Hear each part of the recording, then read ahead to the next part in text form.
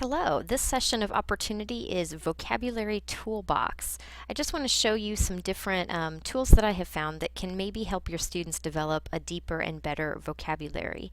This is actually coming at the request of one of our high school teachers who was specifically looking for something that would give students a baseline assessment and then continually quiz them and practice them to develop a deeper and deeper vocabulary that's personalized to them from whatever point they need to start and continually push them forward. And that's exactly what we have here with our first one that I want to show you, which is vocabulary.com.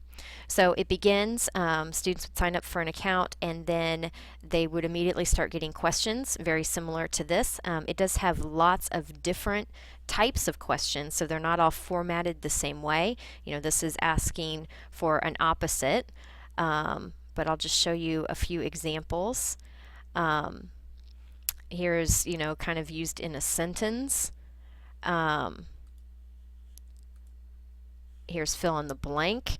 So it gives you all kinds of different formats of the types of questions to determine if a student really understands what a word means or not. If we scroll down here, there's our how it works section. Basically, students answer questions. The more questions they answer, the more it can build a model of that student's knowledge and then start tailoring those questions to exactly what that particular student needs in order to build a deeper vocabulary. It is free for students to sign up and use this account on a totally independent manner.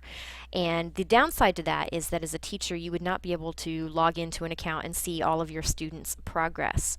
They do have an educator version that allows for that, and I'll show you that in just a minute, but that's not free. If you want to be able to use it free with students, you could just have them sign up for their own accounts, do their work in whatever manner you wanted to manage that. They could show you their progress on their screens, which is a little harder from the management side of things, but is free, and that's a pretty big difference. That's something you could start doing immediately. So let me show you a couple other things. It does have a built-in dictionary as well. And probably one of the most useful things, it has vocabulary lists pre-created. So instead of just kind of the adaptive general program that it's going to send them with questions, you could direct students to a specific list that you want them to study and learn. And if you browse down through here, they have some really great test prep lists for the SAT or whatever test you're trying to, standardized test you're trying to prepare them for.